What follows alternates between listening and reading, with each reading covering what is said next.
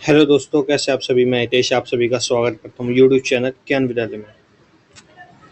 आज आप सभी के लिए मैं लेके आया हूँ एक न्यू सेशन जो कि मोस्ट इम्पोर्टेंट टॉपिक्स हैं। जैसे कि आप सभी जानते हैं एमटीएस के ऊपर मैंने काफ़ी सारी वीडियोस बना चुका हूँ और आज सीएचएसएल के लिए भी इसी तरीके का कुछ सेशन लेके आया हूँ आप सभी लोगों के लिए। तो देखते हैं क्या कुछ खास होने वाला है, कितने क्वेश्चन आपसे बनेंगे। तो ठीक है, हर टॉपिक के टॉप 5 क्वेश्चन है दोस्तों। चलिए अपनी वीडियो को स्टार्ट करते हैं। यदि आप हमारे साथ पहली बार जुड़े तो प्लीज़ वीडियो को लाइक करना, शेयर करना, देन चैनल को सब्सक्राइब करना ना भूलें। तो चलिए स्टार्ट करते हैं वीडियो को। जैसे कि पहला ही कुछ टॉपिक है दोस्तों, किस चीज़ का, पॉलिटिकल साइंस। ठीक है, अब पॉलिटिकल साइंस में देखते हैं किस तरीके के क्वेश्चन रहने वाले। पहला क्वेश्चन है, इंदिरा गांधी का उत्तराधिकारी कौन बना। तो इंदिरा गांधी का उत्तराधिकारी कौन बना था? Option number B, Rajiv Gandhi. ठीक है, तो आपका ऑप्शन नंबर बी राइट हो जाएगा। Option number B will be our right answer. अगला नेक्स्ट देखते हैं, भारतीय संविधान के किस अनुच्छेद में भारत में वित्त आयोग का प्रावधान है। तो वित्त आयोग यानी कि फाइनेंशियल कमीशन किस में आता है? आर्टिकल 280 में आता है। ठीक है, तो इतना आप याद रखेंगे, आर्टिकल 280 फाइनेंशियल कमीशन जो है 280 में वित्त आयोग आता है। ठीक है, अब नीचे लिखा है दोस्तों आर्टिकल 360। तो ठीक है, आर्टिकल 360 किससे रिलेट करता है? 360 फाइनेंशियल इमरजेंसी। ठीक है, फाइनेंशियल इमरजेंसी। ठीक है, जिससे आप वित्तीय आपातकाल बोलते हैं। ठीक है, तो option number B will be our right answer. Bharat की संघ सरकार का सर्वोच्च कानूनी अधिकारी कौन है? ठीक है, यानी कि पूछ रहा है who is the highest legal officer of the union government of India. दोस्तों देखिए, आप इस क्वेश्चन के अंदर कंफ्यूज हो सकते हैं। तो ठीक है, इस क्वेश्चन को ध्यान से आप रीड आउट कीजिएगा, देन फिर आप अपना सिलेक्ट कीजिएगा आंसर। ठीक है, उसने पूछा है कि संघ सरकार का सर्वोच्च कानूनी अधिकारी कौन है। तो संघ सरकार की बात हो रही है तो उसका अटॉर्नी जनरल ऑफ इंडिया हो जाएगा। ठीक है, जिसे आप आर्टिकल किससे बिलोंग करते हैं? आर्टिकल 76 में दर्शाया गया है कि अटॉर्नी जनरल ऑफ इंडिया। ठीक है, और यदि यहाँ होता भारत की राज्य सरकार, भारत के अंतर्गत राज्य सरकार का सर्वोच्च कानूनी अधिकारी कौन होता है? तो सॉलिसिटर जनरल ऑफ इंडिया होते हैं, इसे महाधिवक्ता बोलते हैं। ठीक है, तो इतना आप याद रखें। तो option number A will be और राइट आंसर। इसी तरीके से यहाँ दे रखा है कैग। कैग का मतलब क्या होता है? Controller and auditor general of India. ठीक है, महालेखा परीक्षक। तो ये किस आर्टिकल में आता है? ये आपका 148 से लेकर 151 आर्टिकल तक इसके बारे में बताया गया है। ठीक है, तो ऑप्शन नंबर ए हमारा राइट हो गया। अगला देखते हैं, भारतीय संविधान में 9वीं अनुसूची किसके द्वारा जोड़ी गई थी? तो जो है 9वीं अनुसूची, ठीक है, जब फर्स्ट अमेंडमेंट हुआ था, कब हुआ था? 1951 में। तो जब 9वीं अनुसूची को ऐड किया गया था कॉन्स्टिट्यूशन के अंदर। तो option number A will be our right answer.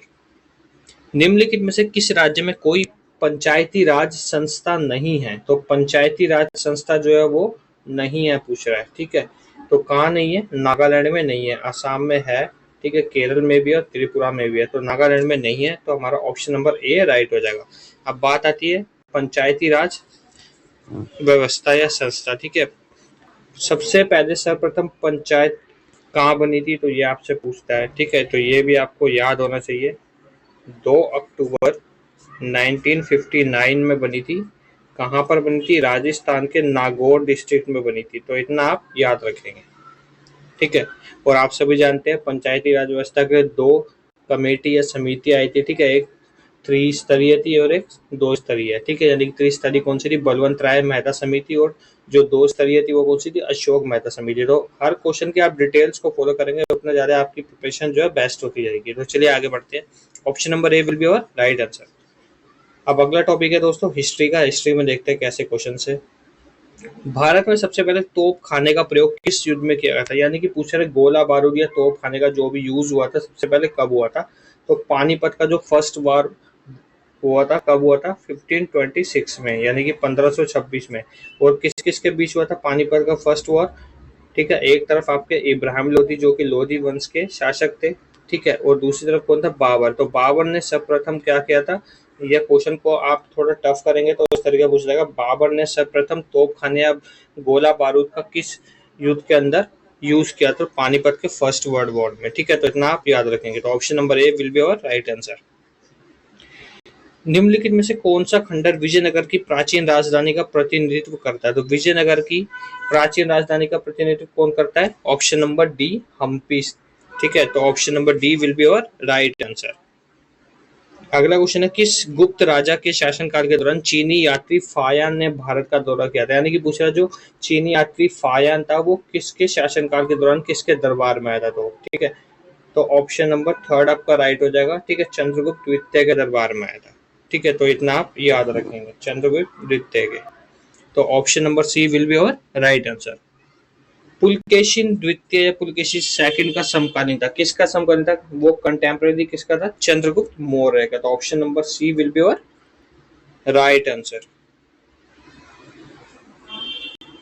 अगला क्वेश्चन है, अकबर का राज्यारोहण कहाँ हुआ था? यानी कि पूछ रहा है वेयर वॉज अकबर्स असेशन, यानी कि अकबर का जो राज्याभिषेक हुआ था वो कब और कहाँ हुआ था? भी इस तरीके से भी क्वेश्चन पूछ सकता है। तो कहाँ पे होता?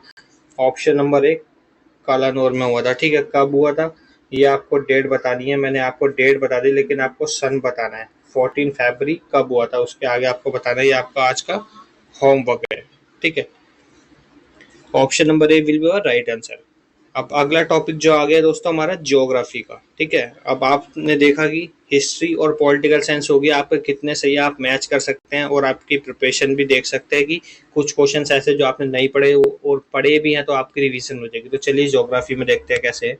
निम्नलिखित में से कौन सी नदी महाराष्ट्र गुजरात से होकर बहती है? तो महाराष्ट्र गुजरात से होकर कौन सी नदी बहती है?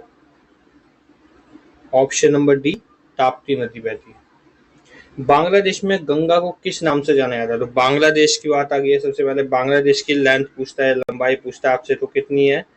2900 किलोमीटर। ठीक है, और गंगा की आप सभी को पता ही है 2525 किलोमीटर। ठीक है, अब सॉरी बांग्लादेश की बात आ रही है, मैंने ब्रह्मपुत्र समझा। ठीक है, सॉरी मिस्टेक होगी थोड़ी। तो ठीक है, बांग्लादेश की बात आ गई है। बांग्लादेश में गंगा को किस नाम से जाना जाता है? तो गंगा को किस नाम से जाना जाता है? ऑप्शन नंबर ए आपका राइट हो जाएगा पहले तो। ठीक है, पद्मा के नाम से जाता है। गंगा की बात आ गई है, गंगा को किस नाम से जाना है? तो वो 2525 उसकी किलोमीटर लंबाई होती है, और ब्रह्मपुत्र की पूछ लेगा आपसे तो 2900 किलोमीटर। ठीक है, ब्रह्मपुत्र। ठीक है, तो इतना आप याद रखेंगे। अब बात आती है दोस्तों बांग्लादेश।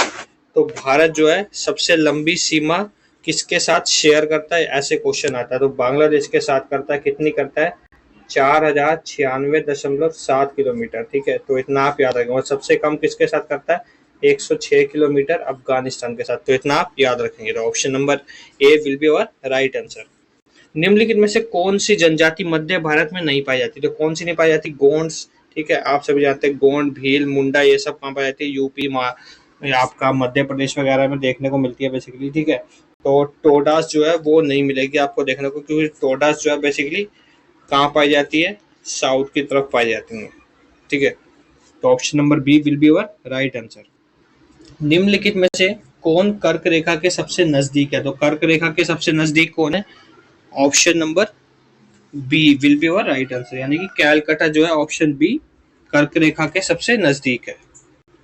दक्षिण भारत की सबसे ऊंची चोटी कौन सी है? दक्षिण भारत की सबसे ऊंची चोटी कौन सी है?